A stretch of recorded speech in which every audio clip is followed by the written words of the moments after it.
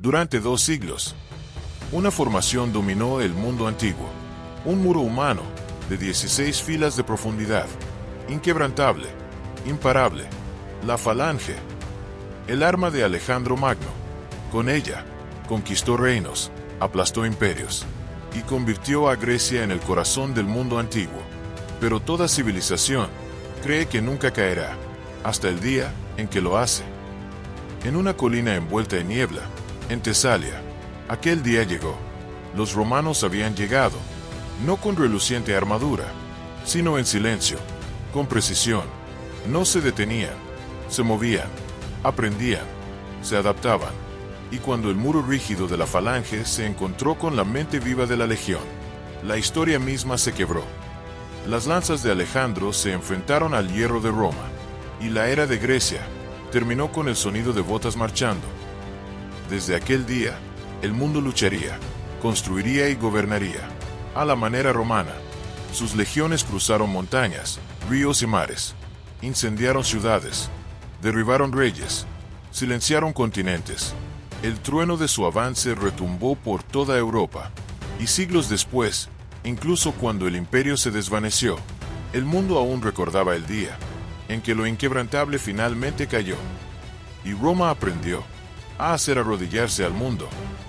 Durante 200 años, el fantasma de Alejandro Magno había perseguido a cada rey griego. Todos soñaban con igualar su grandeza. Ninguno lo logró. En el año 197 a.C., aquel sueño comenzaba a desvanecerse. El orgulloso reino de Macedonia había perdido su brillo, y su rey, Filipo V, se estaba quedando sin tiempo. Aún llevaba el fuego antiguo de su pueblo, la ambición de conquista, el orgullo de la falange. Deseaba devolver la gloria a Grecia, unirla bajo su bandera una vez más. Pero el mundo había cambiado, y desde el otro lado del mar, otra potencia se levantaba: Roma. Roma no luchaba por gloria o leyenda, luchaba por control, por orden, por la idea de que el mundo debía inclinarse ante su voluntad. Ya habían destruido a la poderosa Cartago en el oeste. Ahora miraban hacia el este, hacia Grecia. Al frente, un joven comandante, Tito Quincio Flaminino, apenas en sus 30s, su mente, afilada como una espada, su ambición, aún más. Prometió libertad a los griegos, pero la libertad romana solía venir envuelta en cadenas.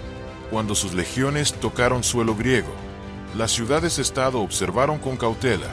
Habían visto conquistadores antes, persas, macedonios, tiranos de toda clase, pero los romanos eran diferentes.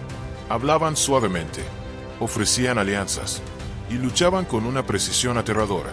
Una a una, las ciudades griegas abandonaron a Filipo, eligiendo a Roma sobre su propio rey.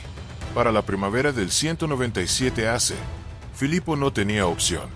Reunió lo que quedaba de su ejército, 26.000 hombres, veteranos de la gran falange, guerreros que habían entrenado toda su vida para luchar hombro con hombro, sus lanzas extendidas como un muro de plata.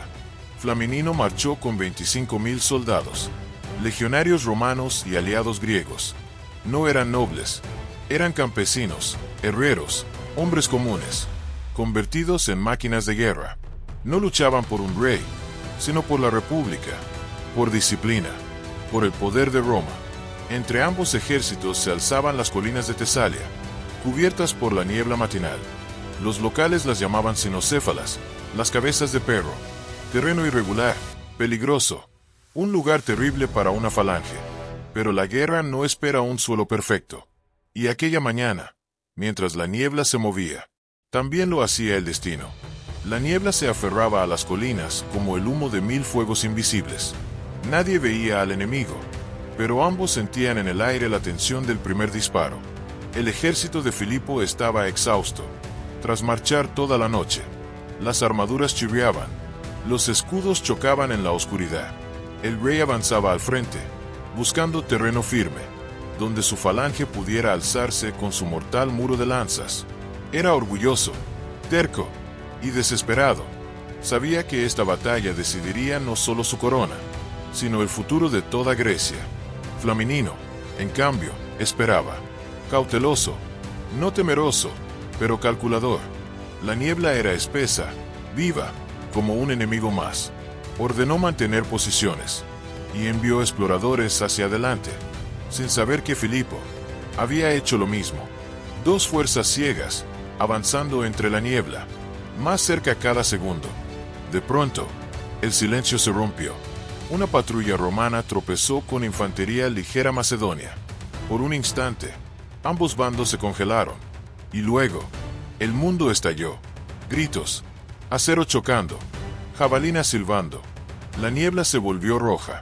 El eco de la batalla retumbó en los valles. El combate había comenzado, antes de que cualquiera estuviera listo. Filipo, creyendo que sus hombres eran superados, ordenó avanzar a su ala derecha. Miles de falangistas bajaron sus arizas al unísono. Un bosque de acero en movimiento. El suelo tembló bajo su avance, pero al otro lado, el caos dominaba. La colina era empinada, la niebla, implacable. Su ala izquierda se rompía, sus lanzas enredadas en rocas y matorrales. Flamininio sintió la oportunidad. No veía el campo completo, pero los romanos no necesitaban verlo todo. Estaban entrenados para adaptarse, para romper a su enemigo, pedazo a pedazo. Ordenó a su ala derecha avanzar. El choque fue brutal. El metal contra el metal. El empuje de la falange arrollaba a los romanos paso a paso. Por un momento, pareció que Macedonia vencería. Las lanzas atravesaban armaduras. Los hombres caían gritando.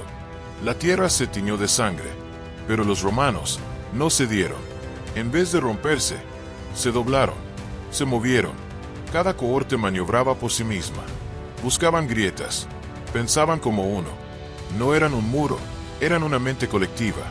Y en medio de la niebla, un centurión romano, su nombre perdido en el tiempo, miró a su izquierda y vio el flanco macedonio descubierto. Sin esperar órdenes, decidió. Y esa decisión cambió el curso de la historia. Llevó a sus hombres por la colina, atacando el costado vulnerable de la falange. Al principio, nadie comprendió lo que ocurría. La batalla era un caos, pero aquel movimiento inclinó el mundo. De la niebla surgieron capas rojas y destellos de hierro. No eran romanos huyendo, eran una tormenta silenciosa. Los macedonios no los vieron hasta que fue tarde, porque la falange era fuerte al frente, pero débil en los costados. Sus lanzas eran demasiado largas para girar, y cuando intentaron hacerlo, ya era tarde.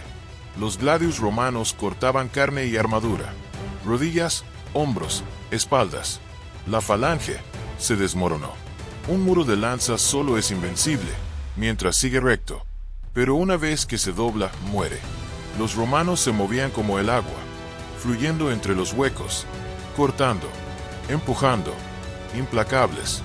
Los gritos de orgullo se volvieron gritos de pánico. El sonido de las arizas partiéndose llenó el aire, como ramas secas bajo los pies de un ejército invisible. Desde lo alto, Filipo miraba atónito. Su ala derecha aún avanzaba, creyendo que vencía, mientras su izquierda desaparecía entre la niebla. Ordenó mensajeros. Ninguno regresó. La niebla se tragaba voces, órdenes, esperanza. Flamininio vio la confusión y actuó con la frialdad que hizo temer a Roma en todo el mundo. Ordenó el avance total. El cerco se cerró.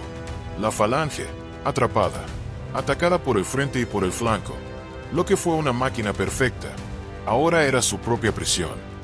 Los hombres del fondo empujaban sin ver, empujando a sus camaradas hacia las espadas romanas. La falange había dejado de ser un arma, para convertirse en una trampa mortal. Las trompetas romanas sonaron a través de la niebla. Su ritmo, frío. Cada nota, una orden. Cada señal, una nueva vuelta de la soga. Las legiones avanzaban al unísono.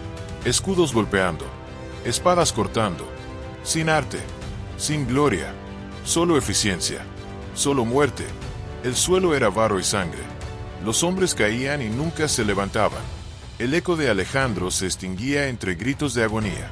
Filipo trató de reagrupar a los suyos, pero la falange había dejado de existir. Ya no era un ejército, solo hombres, intentando sobrevivir. Finalmente, ordenó la retirada. Y con esas palabras, terminaron 2 siglos de gloria macedonia. Flaminino no persiguió. Solo observó mientras la niebla se disipaba, revelando el campo cubierto de cuerpos, lanzas rotas y cascos hundidos en el barro. Para Roma no fue solo una victoria, fue una lección, una demostración ante el mundo. La falange, el arma más temida de la antigüedad, había caído en una colina sin nombre de Tesalia, y desde ese día, ningún ejército del mundo volvería a luchar igual. Cuando el sol rompió por fin las nubes, el campo parecía el fin del mundo. El humo, el hierro y la muerte flotaban en el aire. Sin cantos, sin gloria, solo silencio, y el crujir de las botas sobre el barro. Flaminino cabalgó entre los muertos, su armadura manchada de sangre, no toda de sus enemigos. Miró el campo en silencio. Los macedonios habían venido a defender su modo de guerra, pero ese modo terminó allí, en el fango y la niebla. El mundo había cambiado, y Roma se convirtió en su nuevo idioma. Filipo huyó con los restos de su ejército. Miles de hombres que no entendían que habían perdido más que una batalla.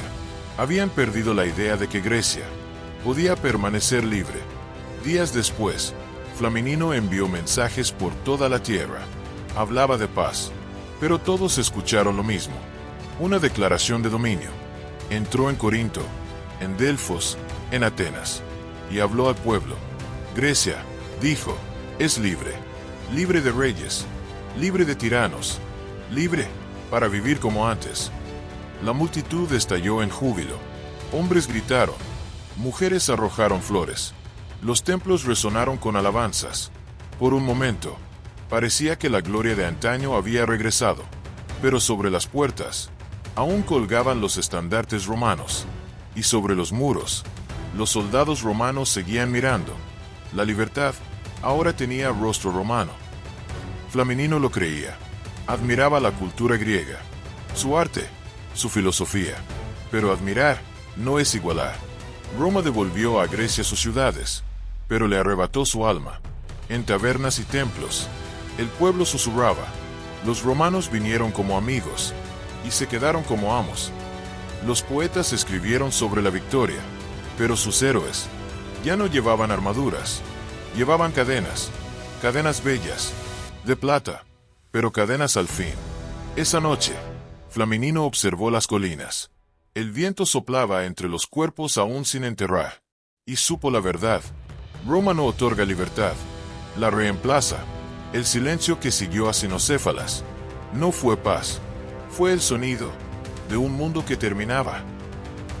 La historia no termina con batallas, ecoa, a veces durante siglos, y el eco de Cinocéfalas viajó por todo el mundo antiguo, anunciando que la era de Grecia había acabado, y la era de Roma había comenzado. La falange representó la unidad, hombres hombro a hombro, confiando en el de al lado. Su fuerza estaba en su orden, pero la legión era movimiento, era adaptación, era la guerra convertida en lógica. Los griegos luchaban por gloria, los romanos por propósito, y el propósito siempre gana. Años después, Roma dominó toda Grecia, y siglos más tarde, el mundo entero. Pero incluso Roma, un día escucharía su propio eco desvanecerse, porque todo sol que nace, también se pone. Y quizás, en algún futuro distante, cuando nuevos imperios se alcen sobre las ruinas del pasado, recordarán este lugar, Cinocéfalas, y comprenderán su lección, que el poder no define la grandeza, que la victoria lleva su propia maldición, y que todo imperio, por más poderoso que sea, algún día deberá estar donde estuvo Filipo, mirando la niebla, y preguntándose, ¿ha terminado la era de mi mundo? Porque la historia nunca se detiene, solo cambia de manos, y en el susurro del viento, aún se oye el eco de Tesalia, el eco de un mundo que cayó, y otro que nació.